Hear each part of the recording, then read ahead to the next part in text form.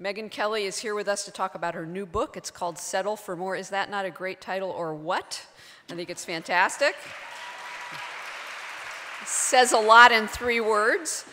Settle for More is a memoir, and the one thing I can say with some assurance being in the book business is that there's an art to writing a memoir.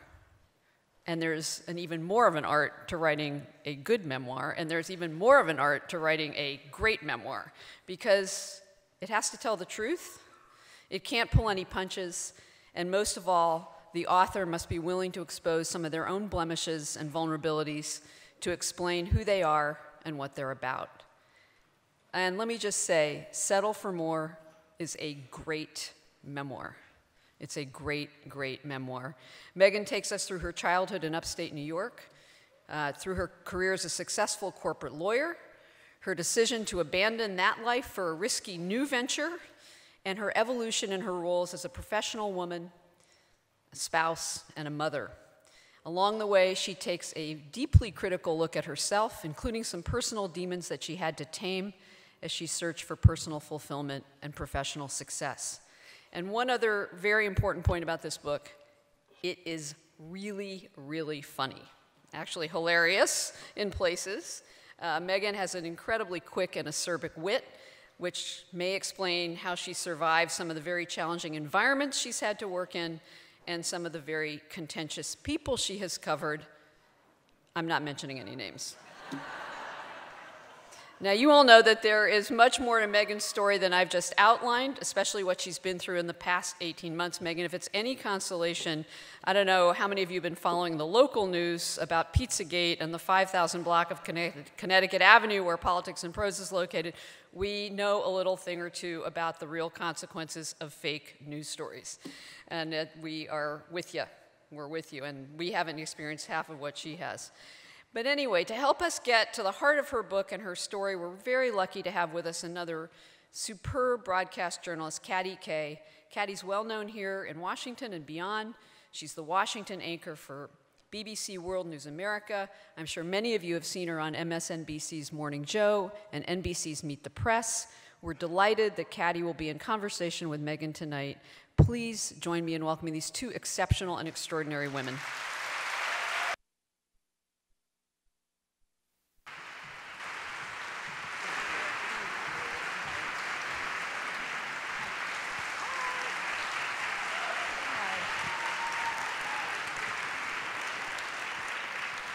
You must feel like a rock star.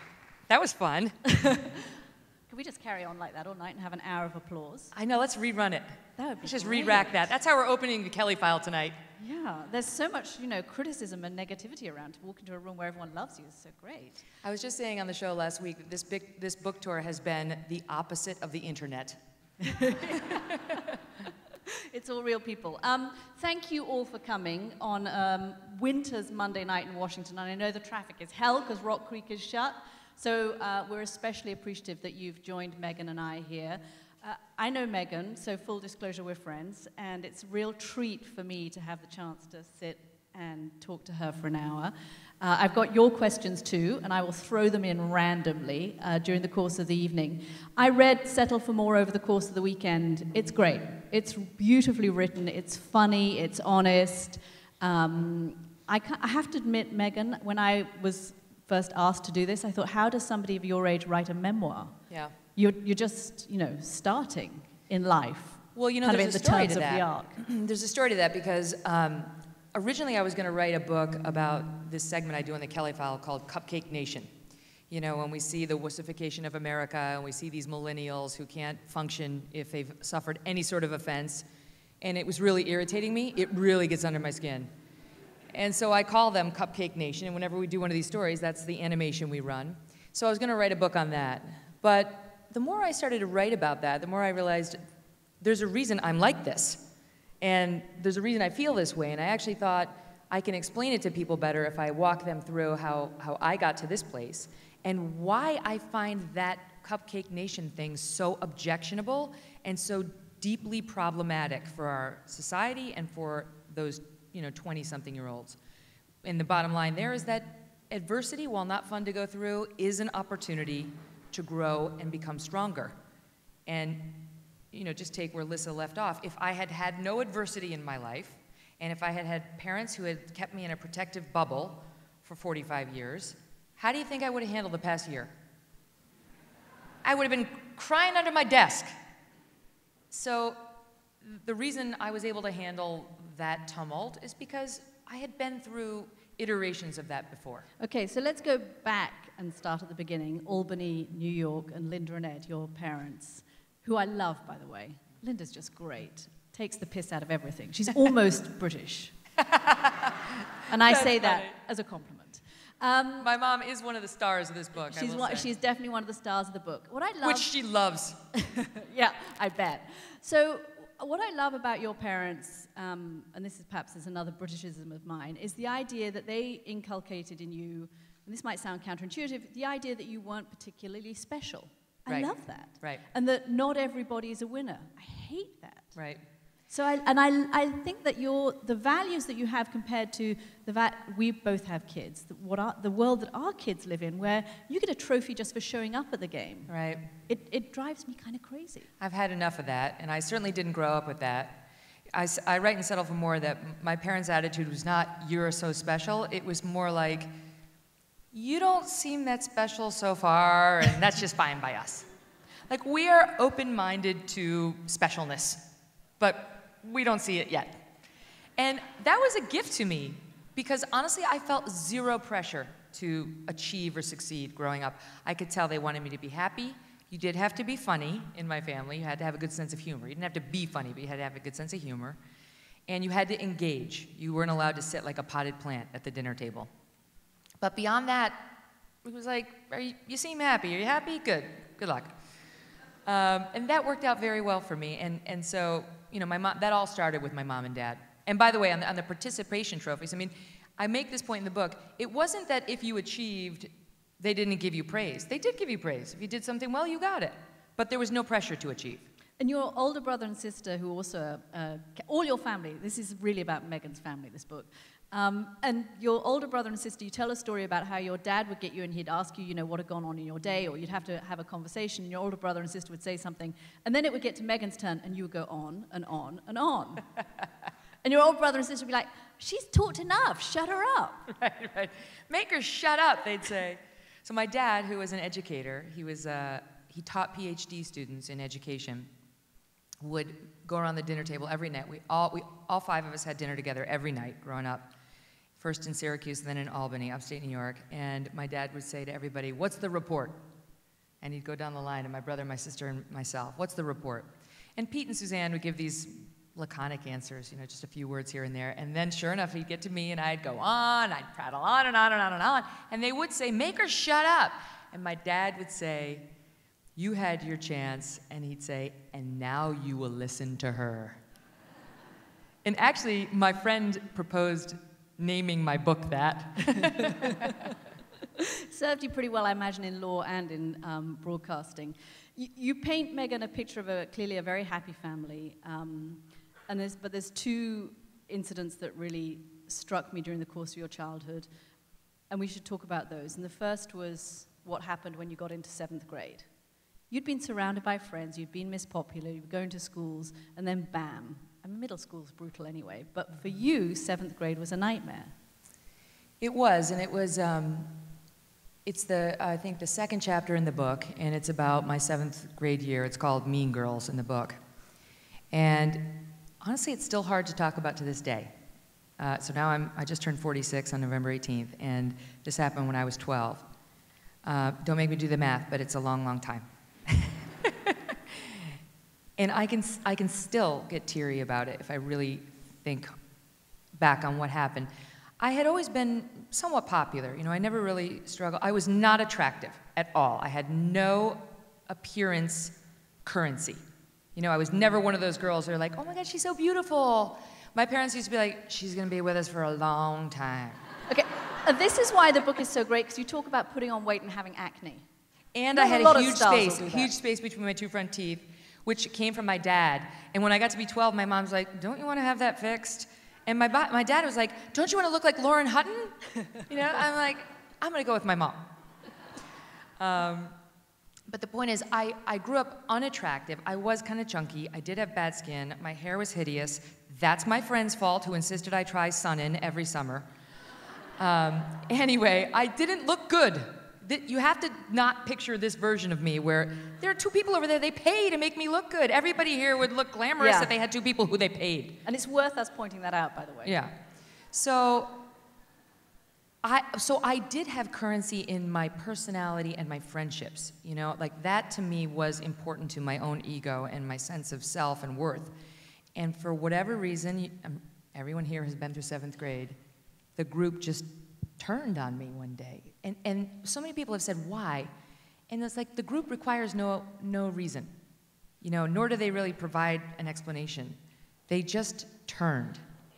And I went from being a popular girl to being an object of disgust for them. I mean, it wasn't just that they didn't want to hang out with me, it was that I repulsed them. And you could just feel it as I would walk through the halls. You know, they would throw things at me. They would constantly make comments about my body, about my skin. And it culminated in this horrible episode where I was, and let me just couch this by saying I know that people have had it so much worse, so please understand, I know that. But at the time, I didn't have that perspective. But I was home with my parents on a Saturday night, and the leader of the group called, and she said, she was having a party, and she said, Megyn, do you know where all the people from my party are? And I said, no. And they all yelled into the phone, we're here. Honestly, I can still get upset about it to this day. It was just so cruel, you know? And I was already feeling so vulnerable. And my parents were watching me. And I hadn't disclosed to them even that I was being bullied. Never mind to this extent. I went out into the backyard. It was a cold, snowy Albany night in the winter, and I skated on top of the snow, which had been iced over in my sneakers, just with tears streaming down my face in the darkness. And just felt so isolated and alone and targeted. And as I read in the book, it didn't stop until the spring when this beautiful angel named Heather Shepard came and sat next to me at lunch and befriended me just for no particular reason. You know, she did, and my mom, by that point, knew something of the bullying and said, all you need is one. You know, and she befriended me and changed everything for me. And I mean, she really changed everything for me. And do you know that we remained friends for years. I never really articulated to her how grateful I was for that until really this book. And she knows my mom. They both live in Albany still. And she read it, and she called my mom and said, you know, she helped me too, which meant so much to me. Anyway, to this day, I cannot tolerate bullies. And I do think one upside. What? Yeah, and you've done a little more than going out the backyard and skating when you've encountered them. I think one upside of the bullying, and there are a few, I mean, I would not recommend this, is I do have empathy for people. I have empathy for true victims of, you know, negative events. That's not to say that I believe in, I don't like that word victim. I think even if you have been victimized, it's just a self-defeating word that can mess with your head. But I do have great empathy for people who have been through hard times. One question I had reading the book, and you mentioned it there about how you didn't tell your mum and dad. You were clearly very close to your mum and dad. Why do you think you didn't? I was ashamed. Isn't that amazing? You know, I felt their repulsion. I started to believe I was repulsive, that I was doing it all wrong. It was your fault. Yeah, that it was my fault, that I wasn't likable. And that was an area in which, you know, my parents did value that. They wanted me to have friends. I mean, like normal parents, they wanted me to have friends. So while they were never saying, like, you need to be attractive. I write in the book about one day I was leaving the house, I was about 7, and my mom said, I know a little girl who didn't brush her hair today. And I was like, and out I went. She didn't make me brush it. I mean, I would make Yardley brush her hair, just for the record. But the point is, they didn't put any pressure on me to look good, but there was a certain understanding that I should have friends, and I felt embarrassed that I didn't. Your dad died when you were young, and you'd clearly had a very good relationship with him. But, and I'm sure that for those who are going to read the book, the night he died, you had a row. Yeah. And that, for me, is the other saddest moment in this book. The bullying and the fact that you rowed with your dad when he died. Yeah. That actually is a story I've never told publicly before this memoir, and I wrestled with it. You know, I really wasn't sure how much I wanted to disclose about that night. Not because of people like you sitting here, you know, people who are open-minded and I hope kind-hearted and hopefully can view me through, if not a generous lens, then a neutral lens. But, you know, there are haters out there. And I certainly didn't want them messing with my father's death, right? This is what it's like to be a public figure today, and a private figure if you expose anything about yourself publicly. But in the end, I thought it is integral to who I am, and I know that there are other people out there who have lost somebody under less than ideal circumstances in terms of the relationship. And I thought maybe it makes you feel better when you know that somebody you can relate to has had a similar circumstance. And listen, for the record, my dad and I had a beautiful relationship. I was only 15 when he died. He was 45. He had no heart problems. He was fine. And then 10 days before Christmas, 1985, he dropped dead of a heart attack. And it was a stupid fight, and it was over a class ring. I was being a stupid 15-year-old girl who wanted a nicer class ring than we could afford. And he was telling me, we can't afford that nicer ring, and I wouldn't let it go. And he had it, so he turned and he walked out of the kitchen, sort of threw up his hands at me. And he never got mad. I mean, like, he wasn't that kind of parent. My mom, on the other hand, she would get mad. But he turned and walked out, and I walked past him in the living room to go upstairs to my bedroom. And my last sight of him was he was staring at the Christmas tree in the living room, a good man, alone. And that's just something I have to live with, you know, that it ended on those terms. Because the next thing that happened was my sister came into my office, my room, and said, wake up, Daddy had a heart attack. And he was never revived. You know, and I write in the book about going to the hospital and, you know, I don't know if you've ever lost anybody, but going in there and seeing him and having the chance to say goodbye. How strong my mom was. You know, my mom, who was 44 years old at the time. She's got 3 kids. 2 kids are in college, and then there's me, 15-year-old me, headed for college. She's a nurse at the VA. She does not have a lot of money. And my dad had just canceled the major insurance policy we had because he was like, I'm 45 years old. You know, he wasn't a heart patient. He didn't think he would need it. So we had money problems facing us, and my mom knew that as well. But she was such an example for me in those moments, not by preaching. She never said to me, you must be strong. You must not cry, which she cries all the time. So do I, obviously. It's like being on Oprah's couch. We're just having a little therapy session out here. But she made very clear that you have to function in the face of emotional upset. That's the mark of a truly healthy person, not avoiding emotional upset, but functioning in the face of it. And that is something I can do. So this is why I love Linda too, because you talk about how she's strong, and she was incredibly strong after your father died. But you tell a story of how you've been a lawyer, and we're jumping forward several years now, and you get to New York, you've been in Chicago, and you move to New York, and you ring home and you cry because you're lonely and your apartment is cold. And on the first night, she's super sympathetic. Yep. And the second night, she's kind of sympathetic. By the third night, she's like, shut up. Exactly. She said, by the third night, she said, Megyn, stop playing the victim. Not attractive. And man, did that jolt me out of my little self-pity party. You know, it was because she had been there. She had been empathetic. And then it was like, now you're being ridiculous. Toughen up, Buttercup. And it helped me. Honestly, it helped me. I think about it to this day. Toughen up, Buttercup about sums up what I want to say to just about everyone in the millennial generation. Do you say it to your own kids? Toughen up, Buttercup? Well, they're babies now. No, they're 3, 5, and 7, so it might be cruel. I don't know, sound like you're... No, but are you bringing... I guess it's a broader question. Are you bringing up your kids with the same values of not everyone's a winner that your parents brought you up with, even in this generation? Oh, I've already thrown away my son's participation trophy. It went right in the garbage. I know, I'm sorry, I did. I went to my daughter's school. We had like the parent-teacher conference at the beginning, and she was like, what is your core message to Yardley? And I said, you are not special.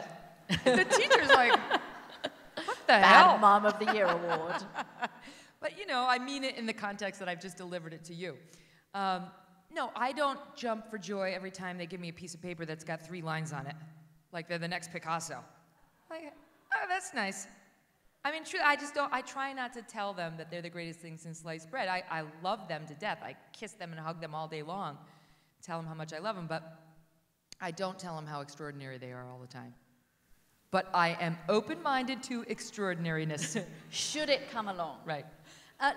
So we've jumped forward to your law career. You switched, became a lawyer in Chicago and New York, and after, 10 years or something in law? Yeah, you almost 10 decided years, law was not 9 for years. you, and you write these fabulous journal entries, which is sort of full of angst. It's rather charming, about how I'm more exciting than this, and I need more than this in life. Yeah.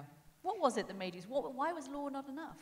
I actually put some of my journal entries in the book. They're hilarious. You can read them firsthand as a little Bridget Jones diary. If I included the real journal entries, like all of them, you'd really feel that. Except I didn't smoke, but like she did. But you know, I had been practicing law for over 9 years, and as a kid from upstate New York who never came from circles of power, it meant a lot to me to be a lawyer. You know, I just thought, like, I have arrived, and now people are going to have to take me seriously. And I liked this sort of, you know, I'm fierce and I'm tough and I'm serious. Megyn Kelly, Esquire. Yeah. And so I was really reluctant to walk away from it because it meant something to me, you know, to my self-image. But I really did ram head first into that brick wall of unhappiness. And then you get to a point where you can't deny it anymore. You know, you cannot deny your unhappiness. Like, malaise and mediocrity are, I think, they're sort of hard to get out of. But then when you're just dreadfully unhappy, it's like, okay, now I have to go. And that's where I got as a lawyer. And how did you get into journalism? What was it that So, triggered the idea that you'd go from being a lawyer to a broadcast journalist? well, I had always been interested in journalism, but I got rejected from the Newhouse School at Syracuse, which I just love to remind them of now. They don't care, but it means something to me. They're like, yeah. And so when I decided to leave the law, it was a natural, okay, so this is something I'd always wanted to do, and I wasn't able to do it, but maybe I could do it now. But, you know, it's not that easy to jump into a career as a broadcast journalist. And so I really was determined, but without the immediate plan. And then, honestly, in retrospect, I feel like my father may have had a hand in it. Because my dad and his guitar playing is a theme of the book. John Denver. Absolutely. And that's what we used to spend. We never took a fancy family vacation. We always went to Selkirk Shores Park up on Lake Ontario in New York, and he'd play the guitar around the campfire, and we would dance and sing and that kind of thing. And so I tried to learn guitar, and I was taking guitar lessons once a week in Chicago when I was an unhappy lawyer. And lo and behold, a woman in my guitar class, as it turns out, was a producer for WMAQ, which is the NBC affiliate in Chicago, which I didn't even know. But she missed class one weekend because the space shuttle had blown up. And when she came back, I said, Meredith, where were you? And she said, well, you know, I'm in news. You're in news? And honestly, you know, I believe in stuff like this. I just feel like there's a reason I was in that guitar class, and there's a reason I connected with this woman, and this beautiful, lovely woman who you know, sometimes people can be competitive and they don't always extend the hand of generosity and friendship to help another woman in a competitive industry in particular. This can happen to guys too. But she was just the opposite of that and had endless generosity for me and helped me make a resume tape and gave me a lot of tips on how to get into the business.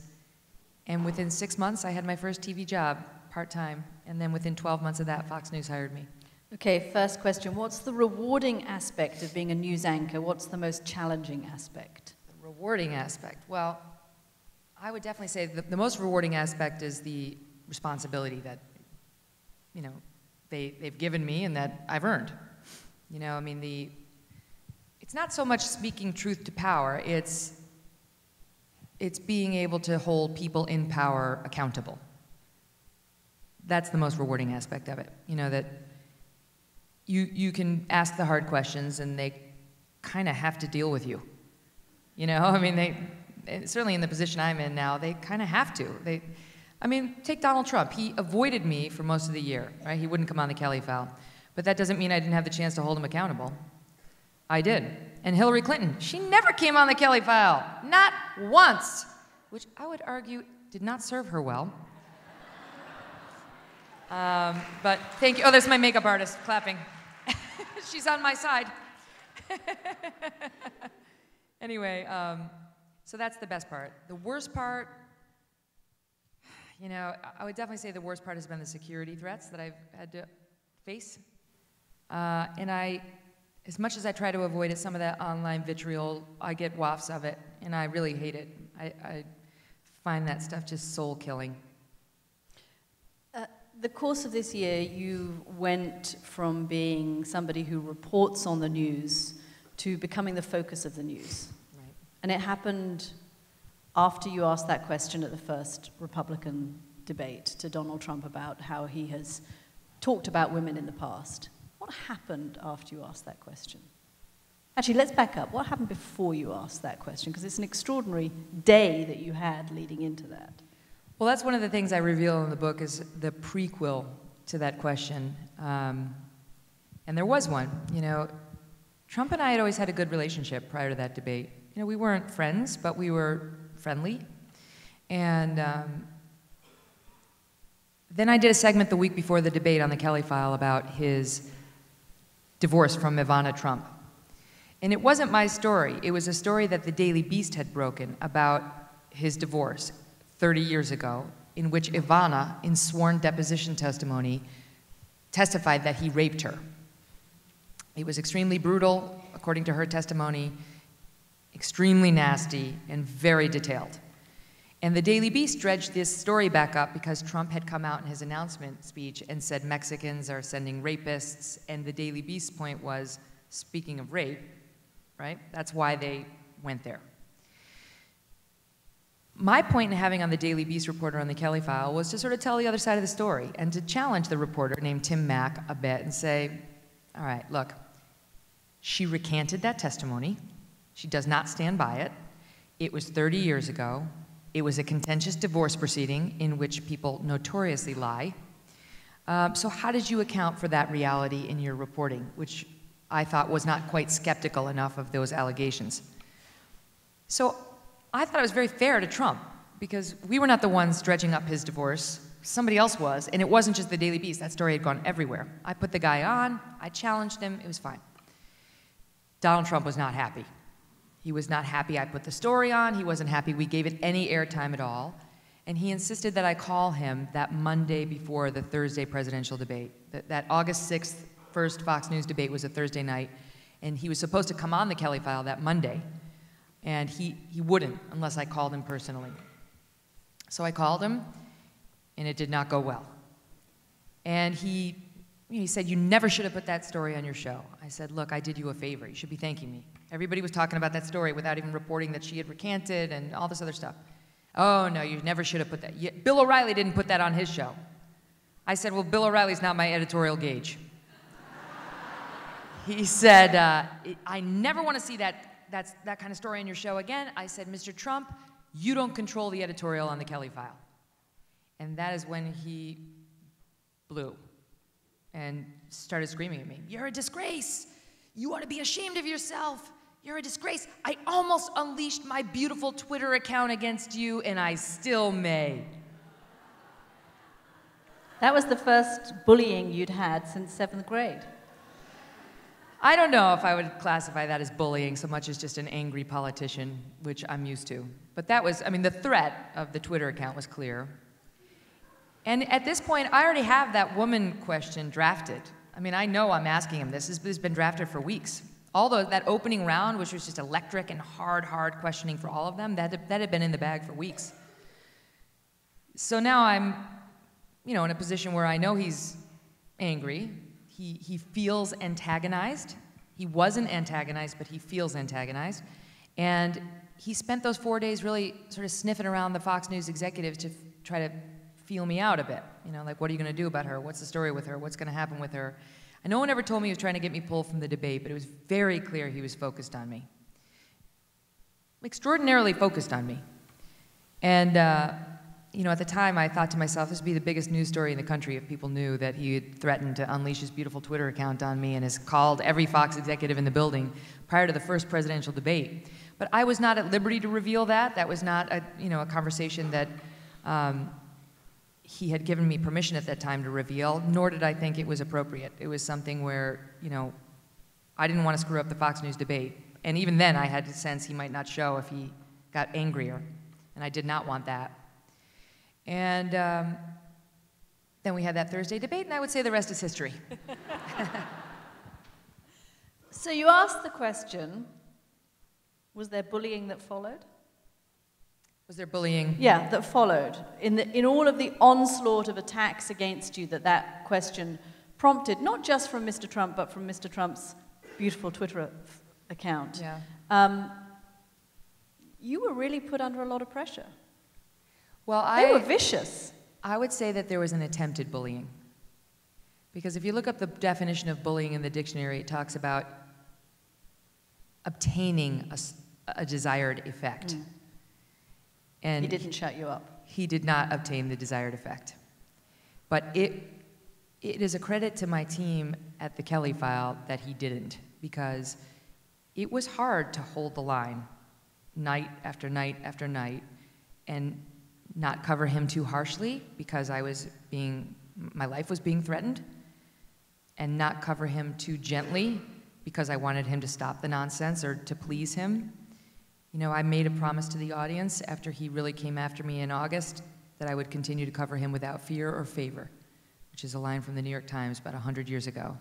But it still works as a journalistic principle. And I had a team of people that helped me do that. And it was hard because the point I tried to make to Donald Trump in that May interview we had, and the point I want others to know right now, and one of the reasons why I included all this in the book, is that when Donald Trump comes after you, it isn't just a tweet. It's like, oh wow, he's tweeting about her. And I understand he's a fighter, and he really is a fighter, and he's a counterpuncher. I get all that. But even then, he had such power that a single tweet could unleash hell in somebody's life. And I'm not even a civilian, right? I'm a journalist. Now, I would say he put me on the playing field when I belong on the sidelines. But we can't have, a President Trump pulling people right out of the fan stands and doing this to them because they criticize him, because most people don't work for a company that nets $1 billion a year and can hire round-the-clock security for somebody like me.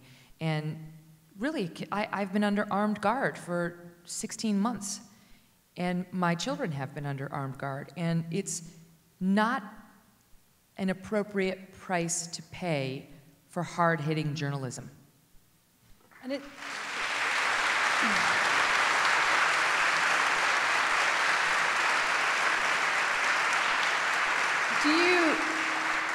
Do you worry, Megyn, that in this era in which people are subjected, in the most extreme version, to what you've been subjected to, but pretty much every journalist I know who has covered this election campaign has had some form, milder form of what you've been through.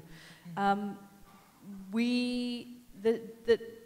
There will be a knock-on effect, which means that the powers that be are not held to account in the way that they should be. And I should point out that this doesn't just come from the individual politicians. What happens when a politician turns on you, for those of you who've never been in this position, is that then all of their legions of followers turn on you too. And it really is an army. I've been in that position myself, and you're besieged by attacks. And if you're a woman, you're besieged by really vicious, brutal, misogynistic attacks too. Well, and the aim is to shut us up. I do worry about younger reporters and reporters who work for a place with very little means. You know, without it costs a lot of money to have round-the-clock security, and that can't go on forever. At some point, the security has to go away, and your company can't keep footing that bill. So we have to accept the reality of that threat. I will say this too, though: the vast majority of Donald Trump supporters are not at all this way. Yeah, not at all. In fact, I have millions of them watching the Kelly File every night. And I know that there are so many people out there who say, I love Donald Trump, and I love you too. You know, I don't like what he said about you, and maybe they say, I don't really like your first question to him, but they can hold those two ideas in their head. It's like, you know, it's that far corner of the internet that really enjoys nastiness and threats. And unfortunately, there is a man who works for Donald Trump whose job it is to stir these people up. And that man needs to stop doing that. His name is Dan Scavino. Yeah. And the internet is a nasty place. And I think the fact that it's anonymous somehow allows people to be that much more vicious. Yeah. I think if people had to put their names to the things they write, they wouldn't write half the stuff they send. Well, it's fine. You can try to ignore it to some extent, but when it crosses over into an actual physical threat, you have to start paying attention. A question. Do you watch your show at home when it's broadcast later? When it's broadcasting, we like back later on the DVR? Do you watch it back? Not usually, no. Because I don't get home till around like 11:30, midnight. And if I'm lucky, my husband Doug is still awake, and we'll have a glass of wine, and we'll talk about our day, and we'll talk about our kids. And we will talk about how the show went. You know, he'll watch it. But I don't usually watch it unless there's something I thought that was bad on it. And then I'll usually watch it before I leave Fox News. I turn on the TiVo, I'm like, we screwed that up. When have you felt imposter syndrome, and how did you overcome it? Well, that's an interesting question. I feel like I haven't really had huge self-confidence problems in my life. You know, I'm not somebody who's like, I have no confidence, I need to be built up. And I do think that that's a gift of my parents' realism with me, the radical honesty. I never had an experience where I thought I was good at something and I wasn't, because really I just assumed I was mediocre at most things, and if it turned out I was better than mediocre, I was like, great, okay, I'll pursue this.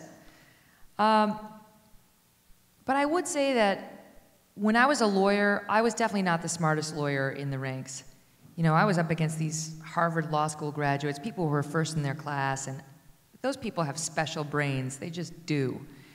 And so I would just work 10 times harder than anybody so that I could hang. And I did hang. I was right there with them, but it was exhausting. And I would say socially, I don't know how I want to put this. I have some insecurities socially. You know, and I write in the book about how Sheryl Sandberg and I became friends after this segment I did one time. And she knew that I was going out to the Fortune Most Powerful Women's Conference.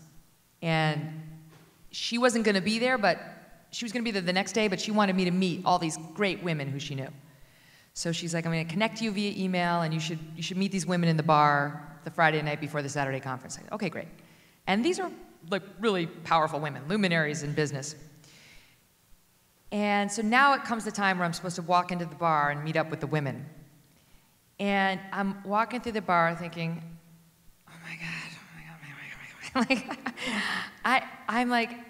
I'm thinking to myself, no one is going to stop me because they don't really want me. That's what I'm thinking to myself. Has this ever happened to you? Right? And I think one of the problems is people look at somebody like me now and think, but it's never happened to her. And it's like, we are all the same on some basic level. We all have the same sort of social challenges we go through, or work challenges or doubts. So I walk through the bar, nobody stops me. And then I actually had to work up the courage to walk back through the bar the other way. And once again, nobody stopped me. So I was like, that's it, I can check the box. I tried, I'm going back to my hotel room, I'm ordering room service. I'm in my safe space. And then, so I was disappointed in myself that I didn't try harder, to make a connection. And then the next day, I sat like this with Cheryl at the conference, and she interviewed me. And I told that story. And all the women who I was supposed to meet up with were in the audience. And then the most extraordinary thing happened. My email lit up with all those women saying, oh my God, we didn't see you. We would have loved to have seen you. Let's pick another date. And it was so sincere, and I believed it. And I thought, shit. Sometimes you're your own worst enemy. And so socially, I would say, I play more of those games in my head than professionally. You talk in the book when you start in journalism about going to therapy. And it's related to this because I think there's a bit where you say that you wanted to be invulnerable. And that you realize that women don't surround themselves with other women who project only strength and no humanity. And I think it was Roger Ailes who said to you that you were trying to be too perfect. And I always think that television is an X-ray, and that you can just tell who somebody is, and if you're faking it, everybody's going to know. Yep. But you had to learn something. Well, and this is sort of the aha moment of the book, and the beginning of my decision to settle for more in my life. And more means more from yourself. That's what it means. It doesn't mean more money or more goods. It means more from yourself. But I had gotten to Fox News. I had made it onto broadcast television as a professional, living. And the messaging that started to come in to me from all different circles was the same. So first, I had a negative experience with somebody in the Fox News Bureau, a woman, and Britt Hume saw me right after it happened. And he was always my mentor and kind, and he pulled me in and he said, do you know what your problem is? You're just as vulnerable as anybody else, but you project zero vulnerability. So people think that they can hurt you, or they try to, and they think they can do it with impunity. Then Roger Ailes had me up to his office, and he said, love the whole package. Love the voice, love the look, everything. Now who's the real you? And I was like, what do you mean? What are you talking about? And it's still the post-bullying me with like the protective shell on me, like, you can't hurt me, I'm fine, I'm good, like, screw you, I am strong. So this is the first time somebody was asking me to take off the shell, which is scary. And then I was seeing a therapist because I was considering leaving my first husband, who, for the record, I have a lovely relationship with to this day. We're still friends. He remarried, has 3 kids. I remarried, have 3 kids. But I was struggling with that decision. So I started to see a therapist who is referred to in the book as My Lady Amy, who saved me. And she offered me the same challenge. She was seeing the same thing. And she wanted me to go to a women's group.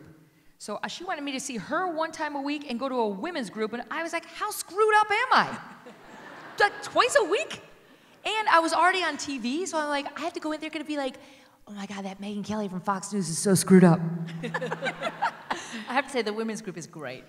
And it was amazing. They were great. And they were so brutally honest with me, and I was honest with them back, and it was extraordinary.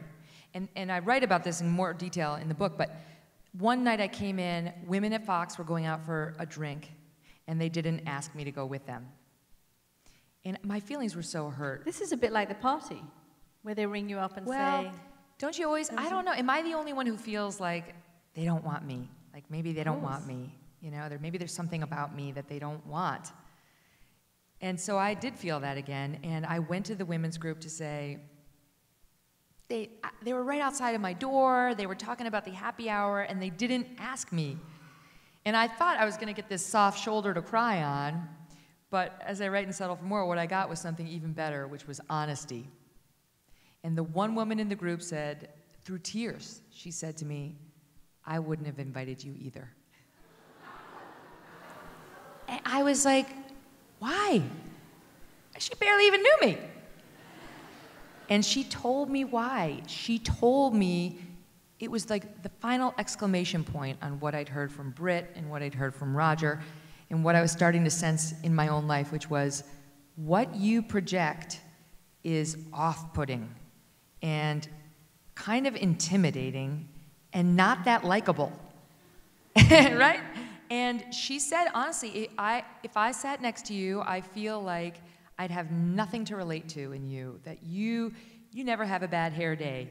You always have it together. You are Little Miss Perfect, which is one of the chapter titles. And for so many years, I would have heard that and I would have been like, oh, good, it's working.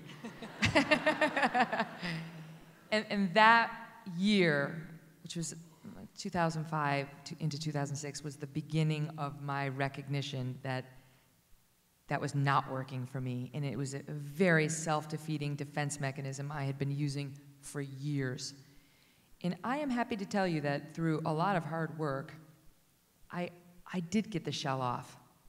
And I believe it's the reason I found Doug, my husband, and I have the 3 kids with him that I have now.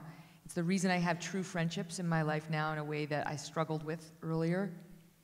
And I also absolutely believe it's the secret to my success as a broadcaster.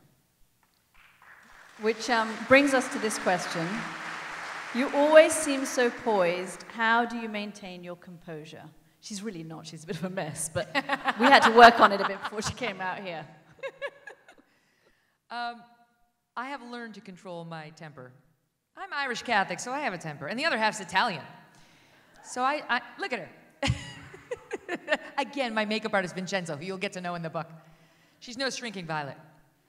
I am able to control my temper. And I think that's the key, is, again, back to it's okay to, feel emotional or feel tears coming on or whatever, but you have to play hurt. And the same is true when you're angry. I'll have moments on the set, I'm sure you can think of some, where I'll think, don't get angry. Don't get angry. But I am angry. And then, don't show your anger. So, I can do that. I'm not a monkey. I don't have to just act on all my instincts. I can just sort of talk myself and walk myself through it. And so can you.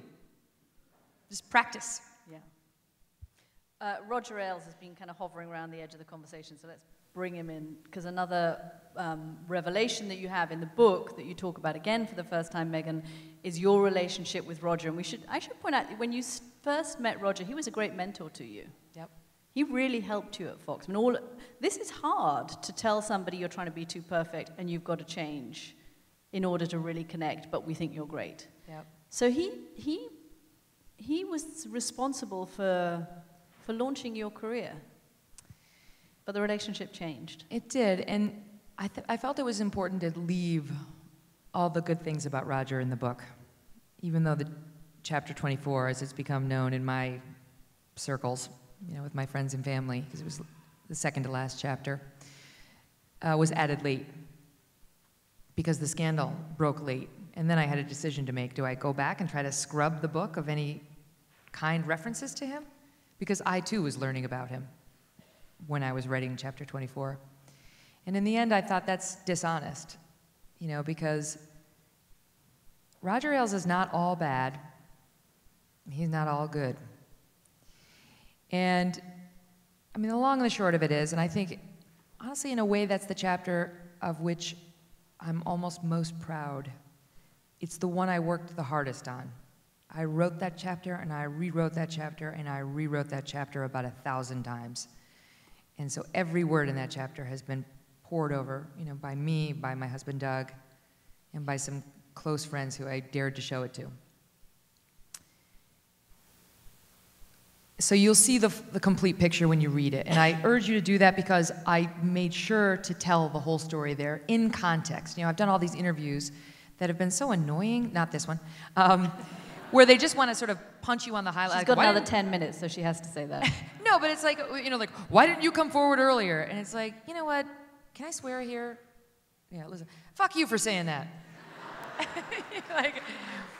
Honestly, it's like, You don't get to ask me why I didn't come forward until you ask me whether there was a safe avenue for reporting at my company, and only if the answer to that is yes, may you ask me that next question.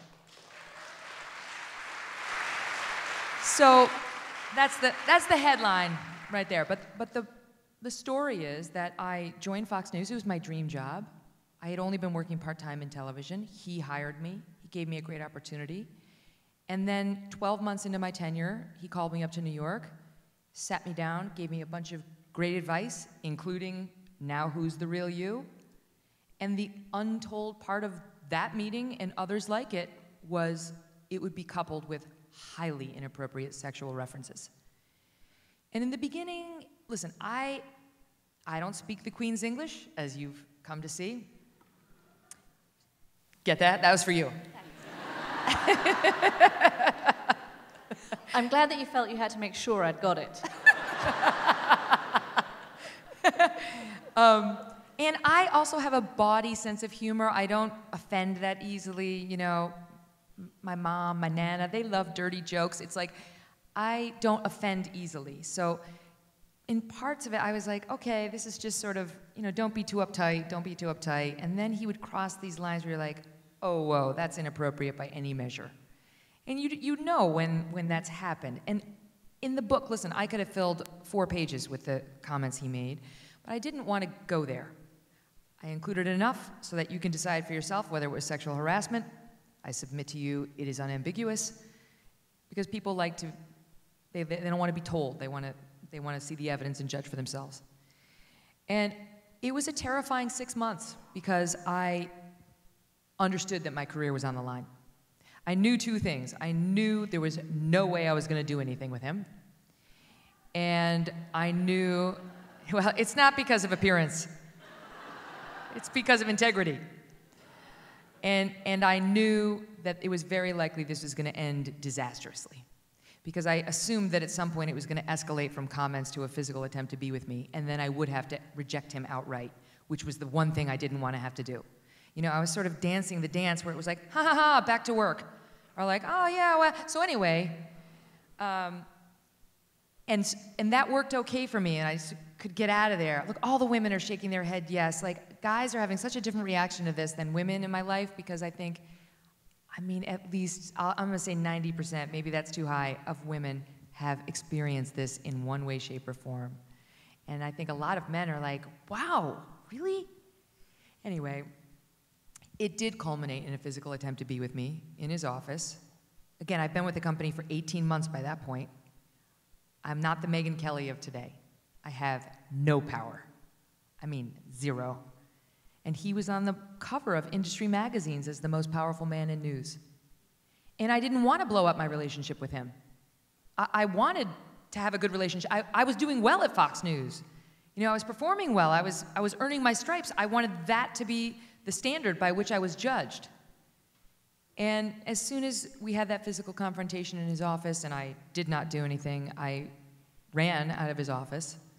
I hired a lawyer. And for the record, I did tell a supervisor, which is what you are supposed to do. And the long story made short is, years went by, and I would look for other women. Ultimately, years later, I found one, but hers had happened right around the time mine had happened.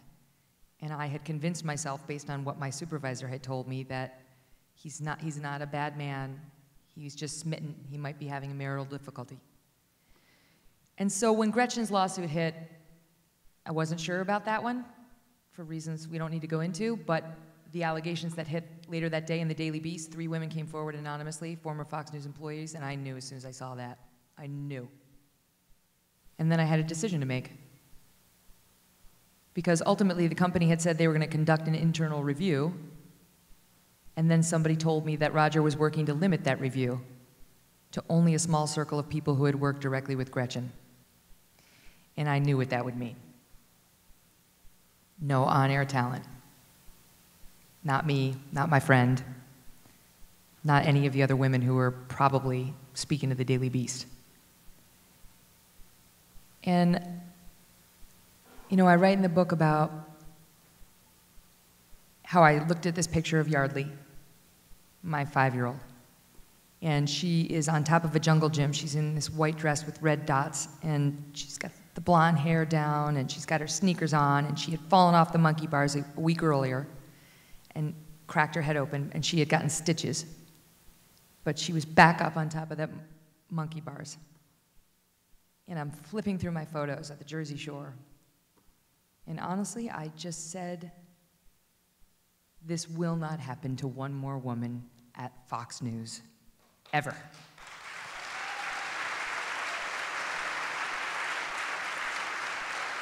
And that's when I picked up the phone and I called Lachlan Murdoch. And I told him to get his general counsel on the phone. And then I told them about what had happened to me 10 years earlier. And I told them the good and the bad about my relationship with him. I didn't want them to think he was some monster. I just wanted them to know this is real, and you need to take an honest look into his behavior. That's all I wanted, just an honest review. I figured if there was nothing there, they would exonerate him. And if he went down, he would have only himself to blame. And I believe that's where things wound up. One of the, there's all the awful stuff about harassment during the course of this campaign, and the conversation that I think has been long overdue, because like you, I think probably 90% of women have gone through something similar at some point in their lives. And the tendency has always been questions like you had. Why didn't you come forward? Why didn't you tell somebody? As if the woman herself was the person that was the problem. Right. I mean, blaming the victim has to stop. Oh, and the discussion about like how we look. Yeah, as if that's remotely relevant. That's why I included in the book, when he was harassing me, I still look like the lawyer Megyn Kelly. I had on my long pants and my navy and gray and brown and black suits. I had not yet been foxified. All right? Well, excuse me, even if you looked exactly as gorgeous as you do this evening, it's still not okay. But it's not okay. But ever. That's what I want to say. So to the haters who would look at those of us with our false eyelashes and our cute little dresses and say, like, you asked for it, again, fuck you for saying that. Right. As you get, it's never okay. It has nothing to do with how you dress or look. And there was that brilliant... It's about power. The brilliant woman in Canada, the writer, who, I don't know if you saw it, this was one of the most uplifting, one of the few uplifting parts of an incredibly long and exhausting campaign, was after all of these stories came out and the Access Hollywood tape came out with Donald Trump, she set up a website and she asked people it was just a whim, she's a writer in Canada, and she said, please write in if you've had instances, tweet me if you've had instances of sexual harassment in the course of your life. Tens of thousands of women wrote into her. And that was the conversation that needed to be had, and I hope that we don't drop it. Honestly, can I tell you? Going forward. So my story's gotten a lot of attention because I've just written a book. But